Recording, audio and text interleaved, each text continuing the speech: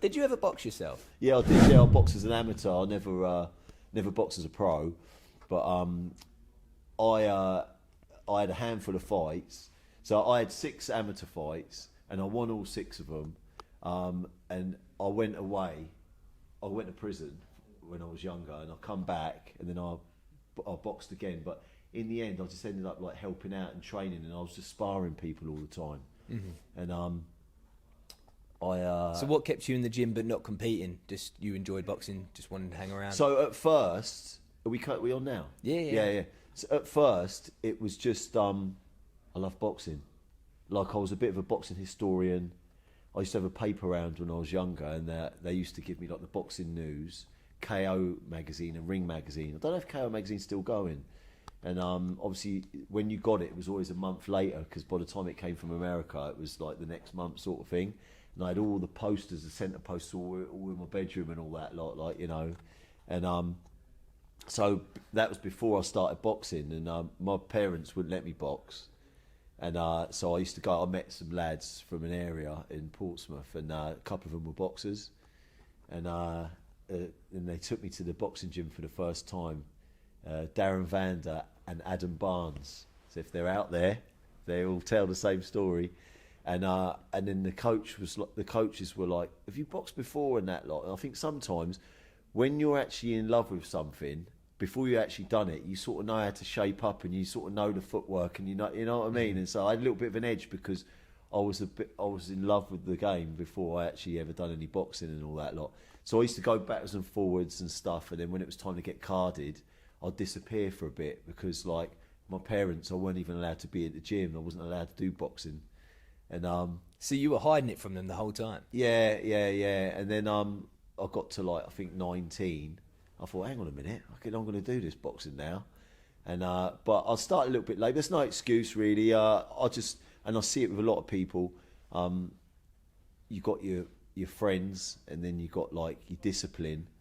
And I think even though I came from a pretty disciplined family in that, I'd never had anyone that was interested to help me in that. And I think it's very important. The most important thing, you've got to have stability, and you've got to have someone that's guiding you and making sure that you're going to the gym and making, you know what I mean, and being close to you like that. And I remember like I was talking years ago to David Barnes, and David Barnes was a very talented fighter, and I used to go and watch him fight. I used to take Mikey when he was little, and that Dave Barnes was about 19 years old, and he'd just run away from the army, and his real name was David Smith, and I went to watch him fight a few times, and I eventually sort of got to know him a bit. And years later, when I got involved in pro boxing, I was at a show. I think it was like the De Vere White Suite at Bolton, Bolton Football Ground. And I said, "Look, mate," I said, "you were like a real talented fighter." You know what I mean? And like Ricky Hatton at the time had like. He was in America, he was the bee's knees, everyone was talking about him, he was really successful.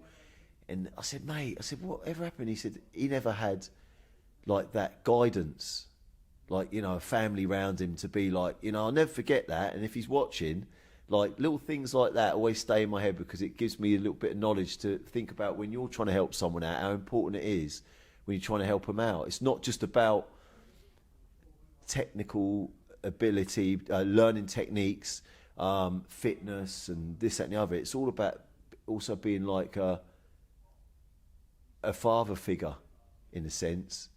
And sometimes, not all the time, when you look, there are kids out there that's fathers have mentored their kids into becoming like real successful boxing families. It's because they've been mentored. Some people go over the top a bit, and then they get on the kids' nerves, and then they end up like giving up and that. What would you say Mikey and Lucas would say about you? I don't know, but like, nothing's ever like a fairy tale story, because behind closed doors, there's been so many things that would shock you and that. But like, I'm not going to like lie about it and stuff. But at the end of the day, when it comes down to it, don't know. Ask them what they want to say about me. But if it was all said and done today, I ain't done that bad really as a dad, like sort of guiding their child and stuff. But boxing was my thing, and not football. Never really been into football and that. all my friends were, but boxing was my thing. So 9 times out of 10, you take things off your parents, your mum or your dad, what they do and stuff, and whether it be like, you know, sports or like arts or anything, things like that, or tradesmen, you know. And that's really like that's really it. But I'm sort of like drifting away really, because I wanted to explain to you what happened. I've got so many questions just with what you've said. Yeah, I don't really want to talk about the old bit about the prison thing and all that. That's fine. I won't chat you. Just say I went away, I was on holiday or whatever. and so basically, I went away a few times, and I sort of lost my way with boxing a little bit. And then one day I was outside of some garages, and I bumped into one of my old coaches, and he said, "Come down to the gym. What's up with you?" By then I was about 25, and I went to the gym, and I had a few more fights. And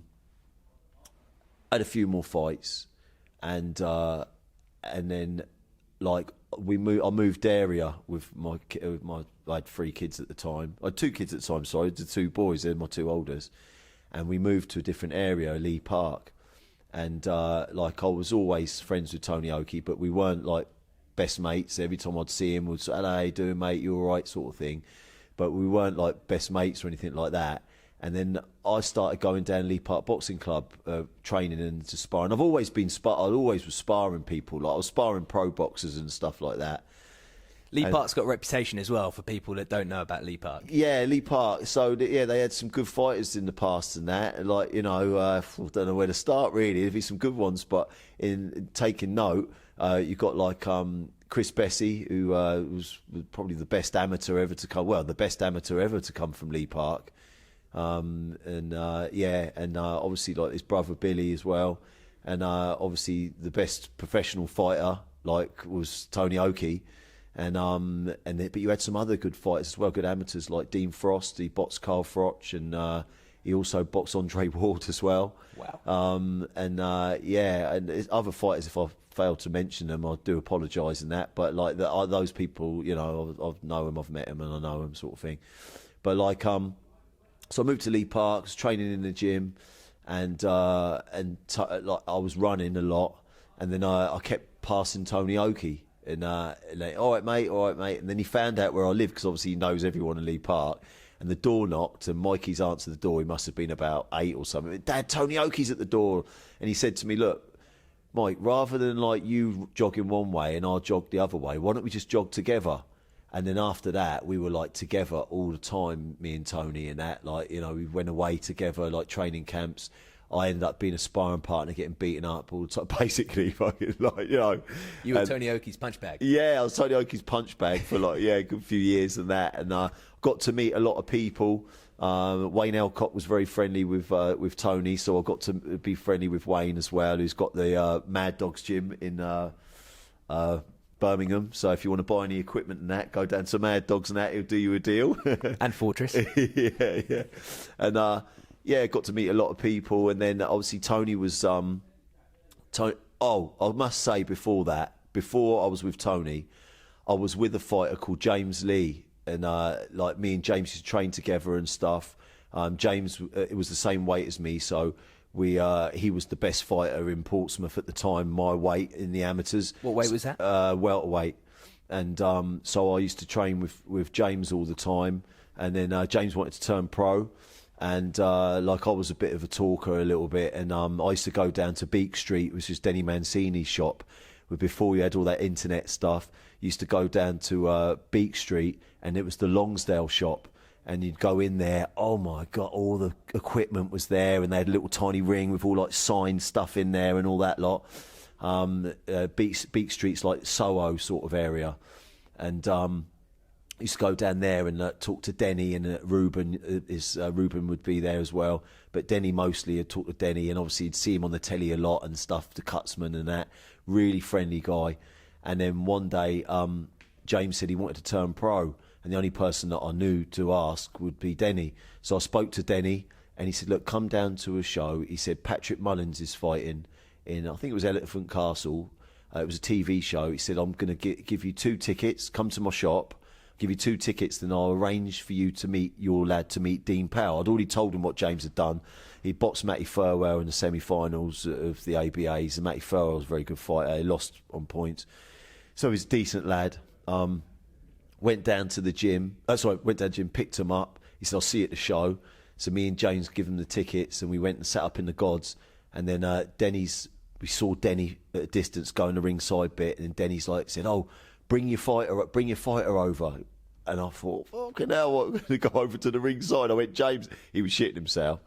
And so we walked over there, and the security was there. I said, "Oh yeah, that bloke over there." Said, and Denny's like, "Yeah, come in." We sat ringside, wow, mate, it was just the best feeling in the world. First time ever at a professional boxing show and that. And but what happened, unfortunately, is Patrick Mullins got a broken rib, and Dean Powell had to go to the hospital with Patrick Mullins.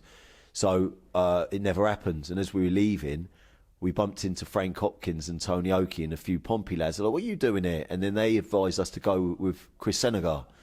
So James couldn't drive, so I used to drive him up to Chris Senegar's and that, and stuff. And they used to have Frankie DeMilo, Dean Francis, rest in peace, very good fighter, very talented fighter, very strong, big left hook. And Glenn Catley. And so there's some names there, you know what I mean? So he's to go out there quite a lot. And then James ended up turning pro with them. And then this, that and the other. And then what happened was, going back to the bit with me living up the area, I started hanging about with Tony. Then Tony was with Frank Maloney as his manager and promoter. So, and Frank Maloney was looking for a house second. And then he asked me to be the house second. So I ended up being a house second for 7 years on all the TV shows in the corner, listening to the different instructions and listening to the behaviour of the fighters and the body language. Did you still have the love for it after all the years? Did you still, at that point, have that much fire to... Oh, in them days, I was young. I wanted everything. It was unbelievable. I wanted to be a trainer eventually. But at first, I've got to admit, this is the thing with the TV and the limelight and stuff. You start, especially being young, you start to love the fact, you're walking around your local town and people, "I saw you on the telly the other day," and all this, that and the other.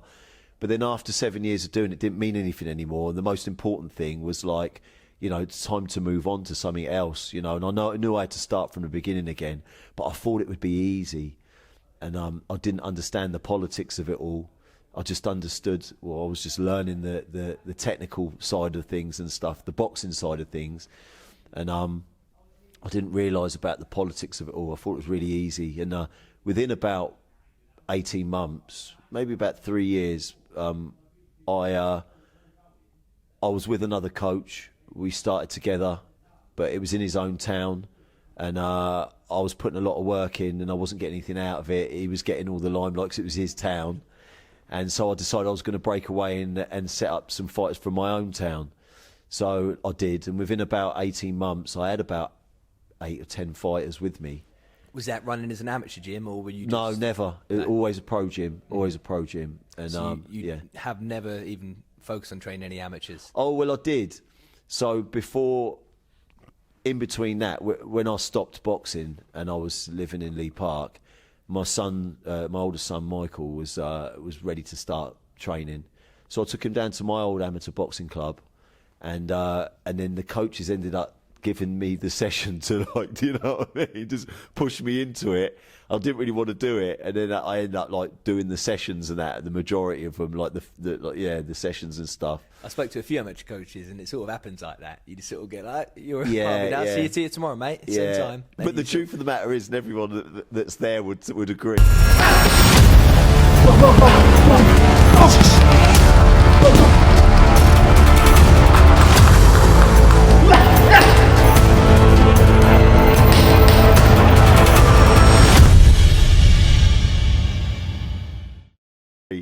A lot of the coaches were dads, and a lot of the dads or the coaches, their main interest was to get their boys over by the ring to get as many rounds of sparring as possible. And then I'm doing the session over there, and I'm looking over, and it was and to be truthful, I learned then that just because you get 50 million rounds of sparring every week, it doesn't make you the better fighter than anybody else. It's what you learn in the skill department and that. And sometimes the skill is not sparring, it's drills. How have you found from the process of doing the drill to getting it working in the fight? How have you found that full process? Obviously, like you said, there's drills and then there's the sparring. That's a good question. Like, I could drill something. Yeah. As soon as I get into a spar and someone's throwing shots at me, yeah, I can't relax enough to do what I'd been training before sometimes. Yeah.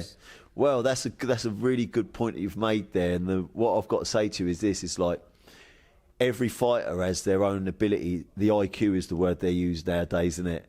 And you can show someone something and they can get it, or someone might need 1,000 times to learn it, or someone might not ever get it, you know. And I've gone through so many fighters to make that assumption now, you know, through the years, and I've just got to the conclusion that, like, the thing is, a lot of these fighters that are quick learners and got a talent, they've already been spotted from the amateurs and they've got to England, they've got to GB. They're already quite a... So by the time they turn professional and they go to a top coach, they've got that ability to learn and they know quite a lot as well. And I know amateurs and pros is two different sports. The rounds go on for longer, so that tells you a lot more about someone's heart than going for 3 rounds. From the first amateur fight to the Olympic gold, the penultimate goal in amateur boxing, it's still only 3 rounds. So it's not going to tell you everything about you. Could have 400 fights and you're still not going to. And this is another thing as well. You could have 400 fights, but you could still be crap.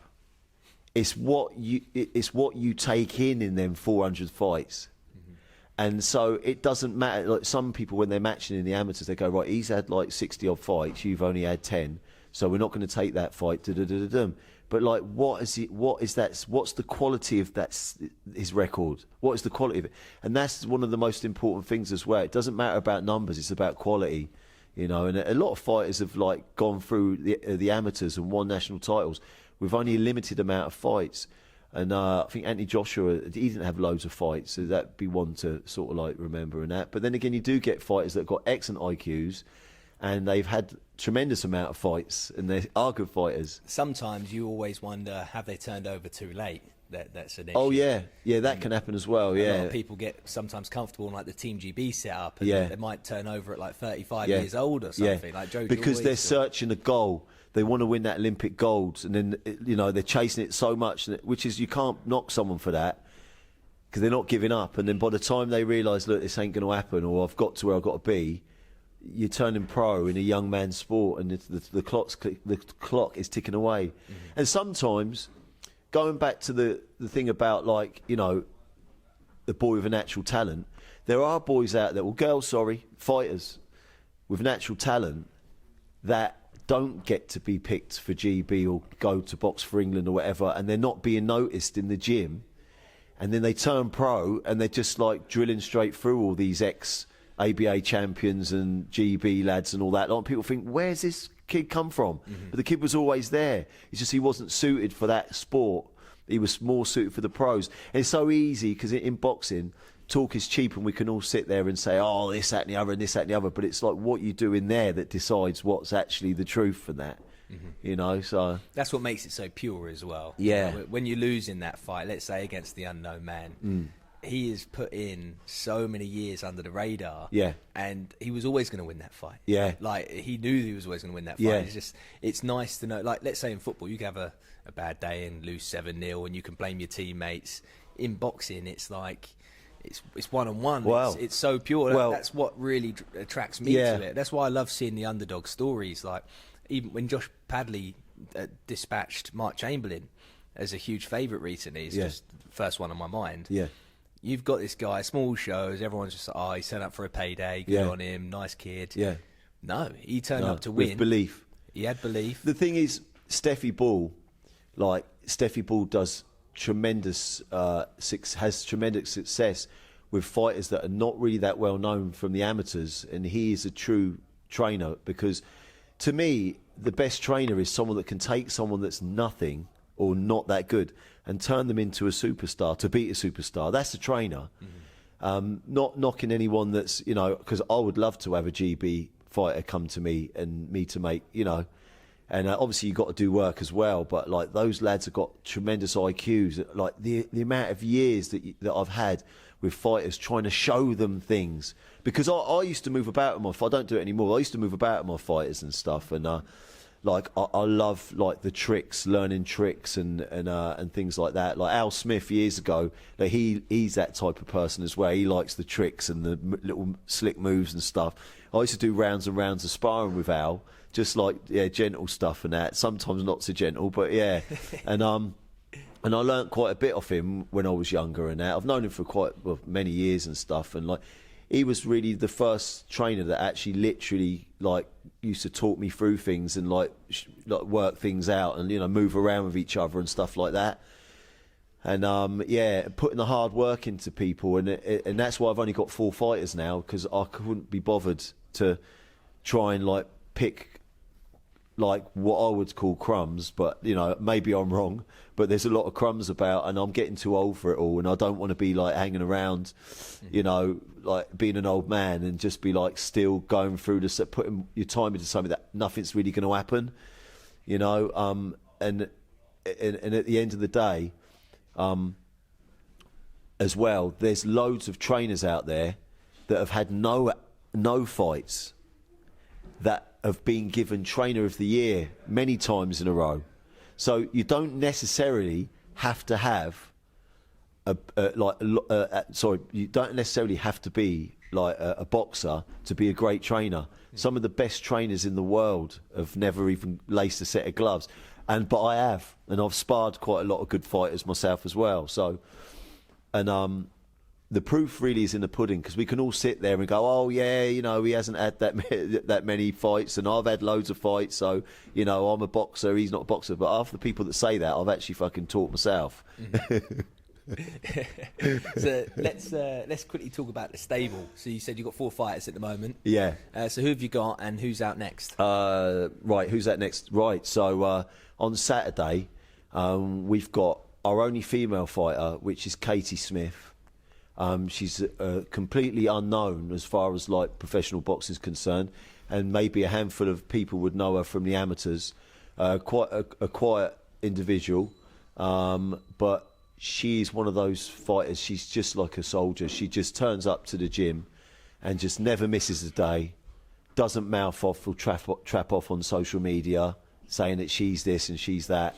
She just comes in quietly, trains really hard, works on the basic stuff, and it's starting to all come together. And that the last, I would say, 8 months, she's come on heaps and bounds, but she hasn't been in the ring for quite a while. So we will see on Saturday night if she can put what she's been putting into here, what she's been practicing for the last 2 years. It's all started to fall into place, and let's see if she can do it on the night. And that's a title fight, right? Yeah, it's the Commonwealth Silver, and hopefully it can lead on to bigger things. But she's got to get her opponent that she's fighting has got the same amount of fights as what she has, and she's fighting in her own town, and she's a proud fighter as well from Ipswich. So she's going to be standing in the way of Katie, and it's not going to be an easy fight. But what I've got to say is fair play to her opponent, because for giving us the opportunity to come up to Ipswich and get this fight, because she's had 3 fights that have fallen through. But yeah, everything's looking good, and hopefully we will be victorious on Saturday night. Well, I wish her all the best. And who else have we got then? After that, we have got Lucas. He's fighting... oh, no, we haven't. We've got Matt King, and he's fighting for the Southern Area light welterweight title in York Hall. He's away at the moment. Well, he's just come back now. He's in Tenerife training with Jay Shinfield's fighters. Mm-hmm. Friend of mine from years ago, and that I used to be in the corner with Jay Shinfield's lads, with Oval McKenzie and Rendell Monroe, to name 2 of them.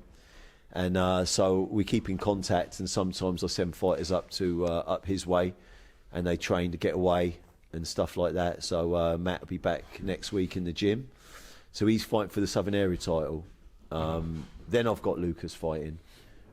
He's in the England versus America in a couple of months' time. And after that, we're waiting to see what we're going to do with Michael McKinson. There's nothing at the moment, but we've had a few last-minute fights offered, but they wanted 2 weeks' notice just after Christmas, which is unrealistic. But hopefully they make it an even playing field and give us at least 8 weeks or 6 weeks training camp so we can make it even playing field. You know, I don't think it's fair when people ring people up to box on TV and last minute notice fights and stuff. You know, people don't see the ins and outs of how this works, this game. And we just want to get a fair fight somewhere. So hopefully I'll get a phone call soon, have something happening. So that's that. And I've missed out another fighter. How many fighters have I got? I've got 6 fighters, not 4. What am I talking about? I've got Harley Hodgetts as well. He's come back. Not made any phone calls about him at the moment because we've still got to do his medicals and stuff, but he's had his interview, so we're nearly there, halfway through and all that lot. So once he gets his medicals done, then I'll definitely find a fight for Harley. But all of these fighters that I've got in the gym, they're not messing about. They're prepared to take real fights. All of my fighters in the gym have to have a tattoo. They've all got the same brand on their arms or wherever they are on their body of Be Real, because I haven't got time for people that's messing about on social media, doing all the silliness and what doesn't put the hard work in the gym, because life's too short. I'm getting more and more grey hairs, and I want to get some results out of this game, you know. Like, you know, at the end of the day, I've tried everything in this sport, and I've worked with most of the people, like, you know, in London, and, you know, and I know quite a lot of people, and I've worked with them all around the place, so I know a lot of people, and it's very, very difficult to get opportunities at a high level if you've got a fight that you feel that is capable of doing that. And a lot of kids, they quit the sport, they give up because they're not getting the opportunities. They might be dangerous and being bypassed. Nobody really knows the truth. And as far as sparring's concerned, like, I'm not really into the sparring stories, because anyone could have a spar with someone and then go home and say that they beat the person up. You can get world champions that are not doing too good in sparring because they've probably sparred about 10 people in the last 2 weeks. Yeah, and especially sometimes you might be working on something and you're not looking to win the rounds. Yeah. I'm starting to understand now. There's some fighters that are going to go in there with 3 different people. I heard the other day, I won't say his name, but he went in and all he could throw was the jab. They didn't know that. Obviously, it's practically technical sparring. Yes. But he's got lads coming in for absolutely everything, amateurs, giving trying him to kill absolute hell, trying to kill him. Yeah. They're looking good. Yeah. And he's just focusing on remaining calm, keeping his distance, throwing his jab, and that's that. So sometimes it can be distorted on what your view is of sparring. Yeah, you know? They don't understand what's actually really happening. They don't understand what's really going on. You know what I mean? And that sometimes, though, if you're doing stuff like that, any of my lads, if that was going on, they got to give them one back, mate. They're trying to knock their head out. You know what I mean? Brilliant. Well, it's been great having you on. Cheers. Lastly, I've got one more question. We've got 1 bar battery. Hopefully, it lasts. Yeah. So, your 2 boys are very defensively sound. You could arguably say that's their best traits, right? Is that the main thing you focus on when you have fighters? Is that something that you want to... So from back in my masters of boxing have all been mostly defensive fighters. Like, even Mike Tyson was a defensive genius, offensive defensive genius. You know, even people like Julio Cesar Chavez. Like, if you see Roberto Duran, if you watch some of the stuff that he's doing, you know, he's not getting caught with the shots, moving out the way with the head movement. So I love fighters like that, but also I love fighters like Pernell Whitaker. And so obviously that's the way that I saw myself as a fighter. I was a boxer mover that didn't want to get caught, try to make you look stupid, and obviously it's rubbed out on them and they've ended up 20 times better than me. So, and that's what you want. You want your kids to be a lot better than yourself, and then the job's half done. You know, so that's what it is really. It's a little bit. They've both got defensive skills, but they've got different styles. But it means the same thing. They're good at not getting caught. You know, and Mikey in particular, How have you found it when you've been watching some of their fights and they've it gets competitive? For example, Lucas in his last fight, he boxed brilliantly, got dropped in the last. Yeah. How did you find those moments, especially as a dad? Obviously, you're a coach and a dad. Is it hard to differentiate sometimes? Yes, sometimes it is. Sometimes it is, yeah. But like Floyd Moore wasn't my son, and I had a lot of passion with him.